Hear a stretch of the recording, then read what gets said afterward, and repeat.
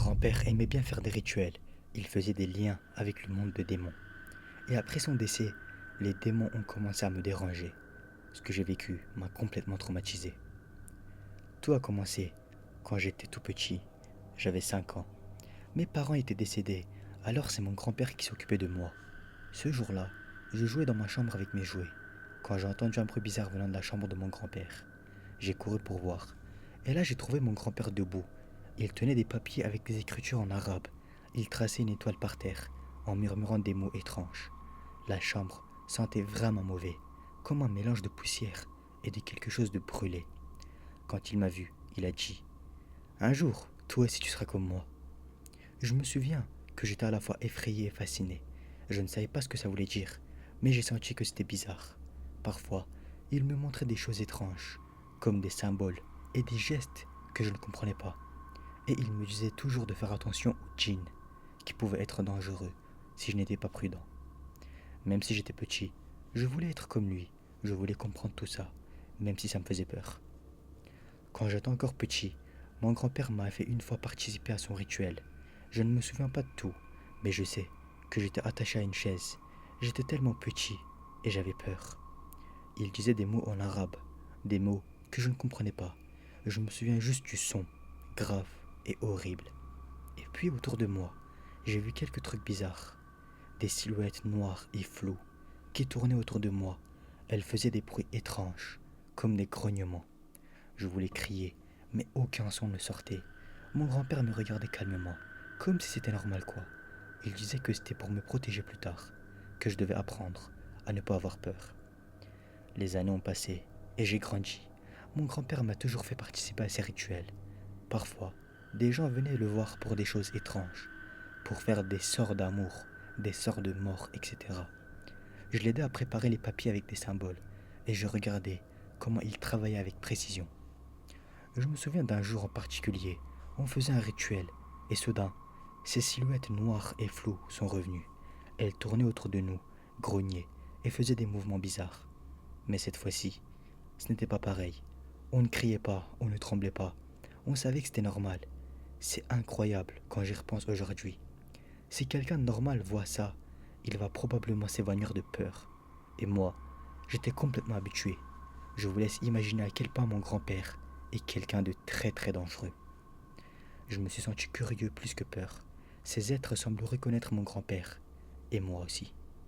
Ils étaient étranges, mais ils étaient familiers. Ça fait quelques années maintenant. Cet événement est arrivé il y a 2 ans. Une nuit, une femme est venue chez mon grand-père. Elle voulait qu'il fasse un sort de mort contre son mari. Mon grand-père a dit: c'est très très risqué, ça va coûter cher. Sors les pièces. Quand il a vu les pièces d'or, ses yeux ont brillé. Il a souri et il a dit: d'accord, on va le faire. Le soir même, il a commencé le rituel. J'étais fatigué, alors je lui ai demandé: grand-père, tu veux que je t'aide? Mais il a répondu: non, non, t'inquiète, ça va aller, tu peux aller dormir. Alors, je suis allé me coucher. Toute la nuit, je n'ai rien entendu. Pas un bruit, tout semblait normal. Le matin, je me lève et je descends au salon. Tout est sombre, les rideaux sont fermés, je sais pas pourquoi. Mais quand j'allume la lumière, je vois l'horreur. Mon grand-père est là.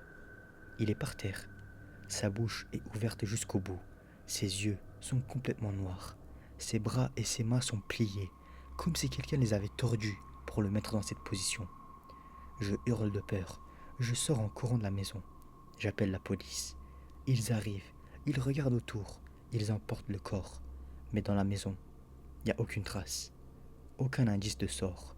Aucune trace de crime. Rien. Comme si tout ce qui s'était passé n'avait jamais existé. Après la mort de mon grand-père, ma vie a changé. Je ne savais plus quoi penser. Parfois, je pensais qu'il allait revenir, que tout ça n'était pas fini. Mais rien ne se passait. Du moins, rien que je puisse voir. Un jour, en repensant à lui, je me souviens de ce qu'il m'avait dit. Un jour, si je meurs, les djinns vont pas te lâcher. Je devrais t'apprendre une prière de protection. Et là, j'ai compris quelque chose de terrible. Il ne m'avait jamais appris cette prière. Il avait oublié. Mon cœur s'est serré. Une peur immense m'a envahi. Je me suis mis à trembler et je sentais une sueur froide sur mon dos. Les jours passaient et rien n'arrivait. Mais je ne pouvais pas me calmer. Une tension constante me suivait. Même si je me disais que tout allait bien, cette angoisse ne me quittait jamais. Je sentais que quelque chose allait arriver, mais je ne savais pas quand, ni comment. Une nuit, je me suis réveillé soudain. J'avais soif. Je suis allé à la cuisine pour boire de l'eau. Mes yeux étaient lourds. J'avais du mal à les ouvrir. Et là, quelque chose par terre a attiré mon attention. C'était long. Lentement, j'ai ouvert les yeux un peu plus. Et là, j'ai eu quelque chose. J'ai vu un cercueil. Je me suis figé. Mon cœur battait à toute vitesse. Je me suis dit, mais qu'est-ce qui se passe? Qui est entré dans ma maison?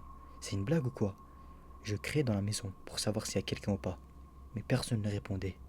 Soudain, le couvercle du cercueil s'est ouvert d'un coup avec force. Je ne savais plus quoi faire. Mes mains, mes pieds, tout mon corps était paralysé. Et puis, un vieil homme est sorti du cercueil. Je l'ai regardé attentivement. Et c'était mon grand-père. Mon souffle s'est coupé. Mes yeux se sont remplis de larmes. J'ai dit, grand-père, tu es mort, tu n'es pas réel. J'ai crié. Mais son visage, c'était lui. Et en même temps, pas lui. Ses traits étaient différents, comment dire. Ses yeux fixaient le vide. Il avait l'air terrifié. Son visage était si étrange, si déformé, que même aujourd'hui, quand j'y pense, j'ai encore des frissons partout. Je ne pouvais pas bouger. Je ne pouvais pas parler. Toute la journée, je n'arrivais pas à me calmer. Je me disais que c'était juste un cauchemar. Mais quelque chose n'allait pas. J'avais une sensation étrange. Comme si quelqu'un m'observait. Tout le temps. Même quand j'étais seul. C'était bien évidemment un cauchemar. Mais ça m'a vraiment traumatisé. Parfois du coin de l'œil, je voyais une ombre. Une forme sombre rapide. Je tournais la tête tout de suite. Mais il n'y avait rien. Rien du tout. Je restais là figé à regarder le vide. Mon cœur battait fort. Et j'essayais de me convaincre que j'imaginais tout ça. Mais le soir, c'est devenu pire. J'ai commencé à entendre des chuchotements dans la maison. Des voix basses et incompréhensibles. Parfois, ça ressemblait à des rires. Des rires bizarres. Je me levais. Je regardais partout. J'ouvrais les portes, mais il n'y avait personne. Ça me tenait la tête avec mes mains. J'ai essayé de me calmer. Je me répétais, ça va aller, ça va aller. Mais au fond de moi, je savais que quelque chose avait changé et que je n'étais plus seul. Par exemple, un jour, je suis allé dans la chambre de mon grand-père. Je voulais regarder ses anciennes affaires, ses vêtements, son odeur qui me manquait. J'ai ouvert le placard lentement. Et là, j'ai vu quelque chose de bizarre. Au fond du placard, il y avait une forme sombre. Au début, je pensais que c'était juste un manteau. Mais non, j'ai regardé plus attentivement. C'était un humain, oui. Ou plutôt, quelque chose qui ressemblait à un humain. Une forme humaine complètement noire, assise à l'intérieur du placard. Elle ne bougeait presque pas. Ses yeux étaient grandement ouverts. Ils bougeaient dans tous les sens, mais elle regardait dans le vide. Mon cœur s'est arrêté.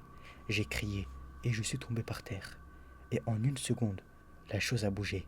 Elle est sortie du placard très vite, d'un mouvement brusque. Je n'ai même pas compris comment. Elle a traversé la pièce et elle a sauté par la fenêtre. Je suis resté au sol, paralysé. Puis je me suis levé, tremblant, et je regardais dehors. Il n'y avait personne.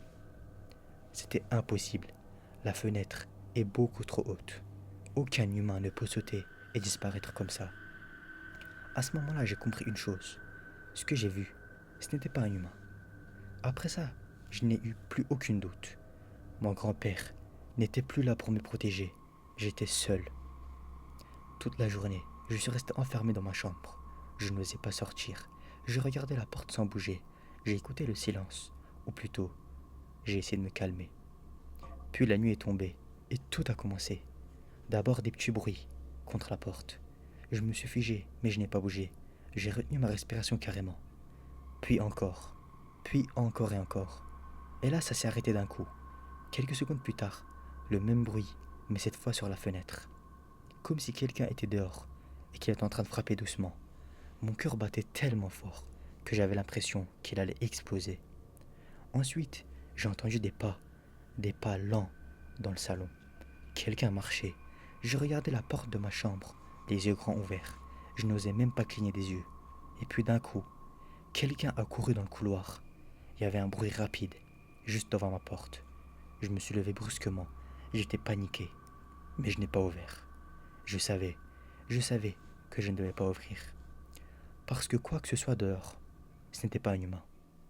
Je n'ai pas dormi pendant des jours, j'avais trop peur. Chaque fois que je fermais les yeux, j'entendais des bruits, des pas, des voix.